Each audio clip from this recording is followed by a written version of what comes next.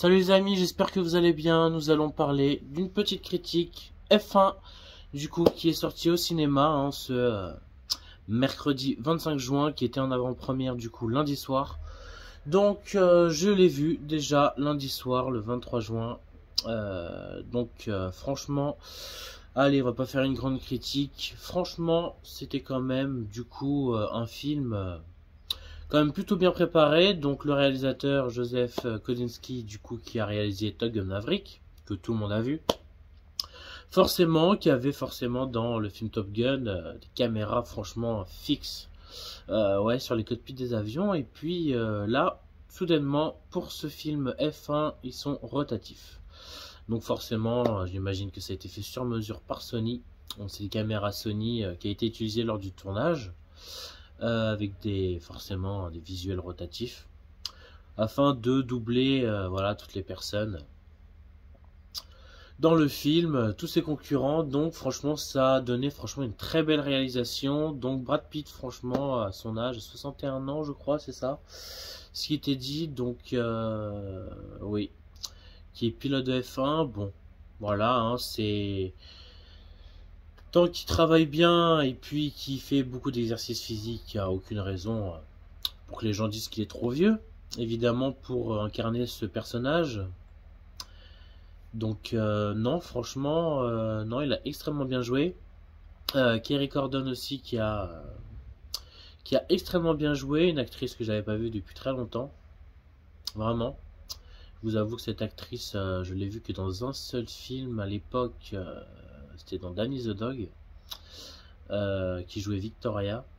Et soudainement on la revoit dans un blockbuster de Joseph Kosinski, F1. Donc ce que je trouve plutôt génial. Et puis elle a quand même un très bon rôle dans le film. Donc franchement c'est vraiment top. C'est vraiment top. Et puis non, rien à dire. Ce nouveau jeune pilote du coup, Damson Idris, ouais, que je ne connais pas du tout, qui est très nouveau pour moi, que j'aime beaucoup, très sympa. Il joue extrêmement bien, très jeune. Donc non, franchement, j'ai très bien apprécié du coup ce personnage-là. Donc forcément qui était concurrencé avec Brad Pitt. Donc voilà, ils sont tous les deux, une belle écurie. Donc forcément, ça, il y a des enjeux dans le film. Donc du coup, oui. Quelques petites batailles entre les deux qui chamaillent pour savoir qui est le meilleur et tout. Donc voilà, je vais pas trop vous spoiler. Donc bon, on voit ça quand même dans la bande-annonce, qui se frétillent un petit peu tous les deux. Donc non, franchement, très belle réalisation pardon. Franchement, niveau IMAX, je l'ai pas vu en IMAX du coup, bon, parce que bon, financièrement, c'est pas ce qui était le meilleur. Quand même 20 balles la place, donc je l'ai vu normal, en standard. C'est vrai que j'aurais préféré le voir aussi peut-être en Dolby Atmos, mais je l'ai vu normal. Je vais peut-être le revoir du coup en IMAX, je vais voir. Du coup, pour voir ce que ça donne. Mais en tout cas, très belle réalisation. On sent bien la vitesse, les voitures, les accélérations, les mouvements, les doublements. C'est vraiment extraordinaire. Rien à dire, c'est vraiment le point fort du film. C'est vraiment sa visualisation très belle. Très belle mise en scène, franchement, des voitures qui sont un petit peu nulles dans le film, voilà, que eux, voilà, ils conduisent une voiture qui n'est pas forcément à la qualité du pilote. Donc c'est ça un peu qui joue aussi les enjeux. Donc c'est vraiment extraordinaire ce qu'ils ont fait, je trouve. Surtout que la voiture elle est quand même très jolie, la F1 elle est très belle. Franchement, c'est voilà. Donc Brad Pitt qui va réellement à 300 km/h sur une F2, voilà, comme on sait qui a été modifiée en F1. Du coup, donc non, franchement c'est top. Non, les voitures, la F1 sont très bons, très jolis, très bien faits. Les petites améliorations qu'ils ont fait dessus. Lewis Hamilton du coup qui participe au film. Voilà, qui participe au tournage du film, et voilà, qui est dans le film. De toute façon, je vous dis rien, il est dans le casting, de toute façon, du film. Donc voilà, c'est pas une nouveauté.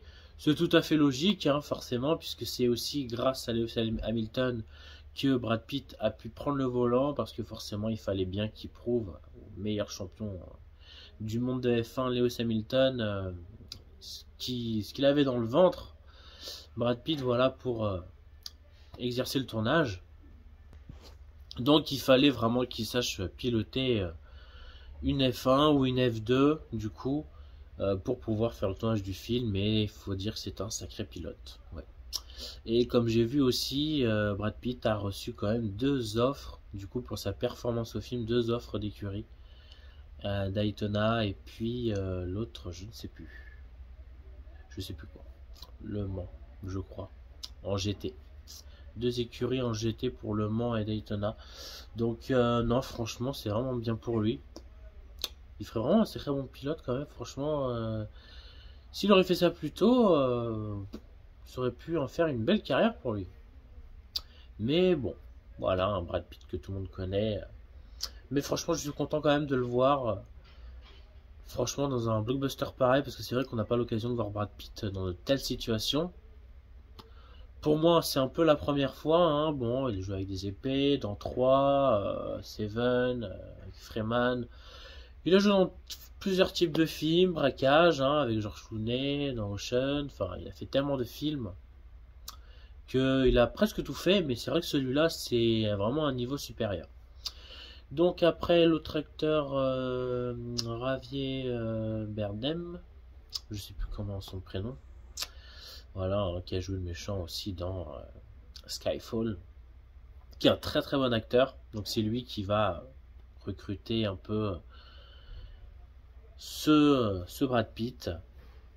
Du coup, Hernan, voilà, qui va forcément lui demander de revenir pour un coup de main et d'essayer de gagner une course. Donc voilà, tout simplement. Donc non, très bon acteur, en tout cas j'ai bien apprécié dans le film sa prestation.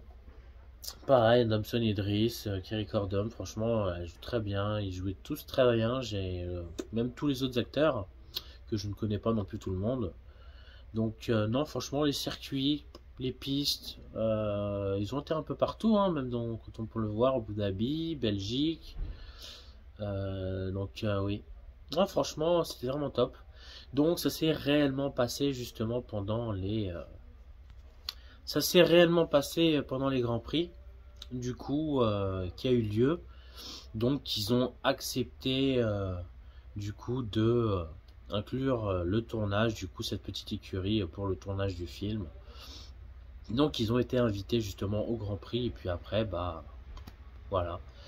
Ça s'est fait comme ça s'est fait, donc franchement c'est comme s'ils s'incrustaient, l'équipe du film, franchement ils s'incrustaient dans un vrai Grand Prix de F1.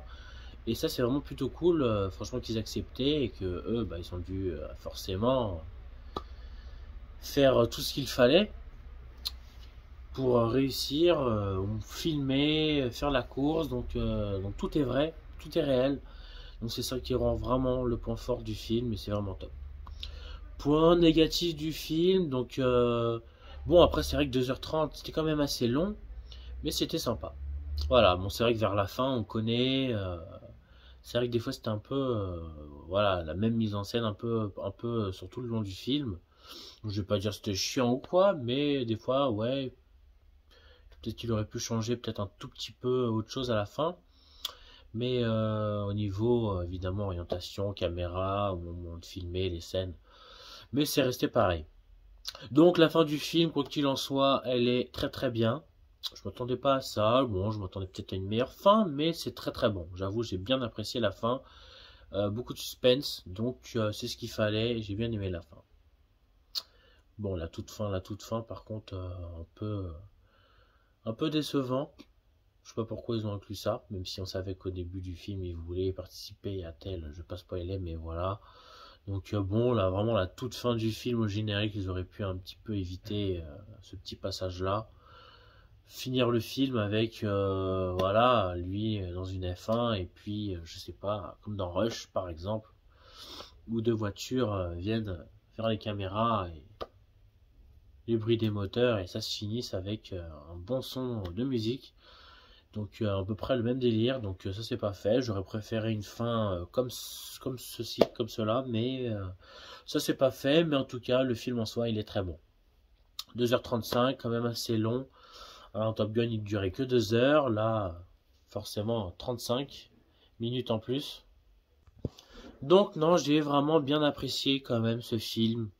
Franchement, les scènes, la musique, le son, les acteurs, non, franchement, c'était quand même très bien.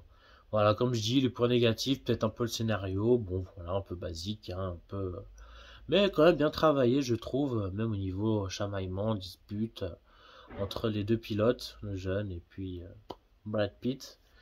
Voilà, Damson Idris et Brad Pitt, forcément, qui sont bien chamaillés aussi dans le film, donc c'est ça aussi qui a fait un peu bousculer un peu tout ça, un peu d'action, mais voilà.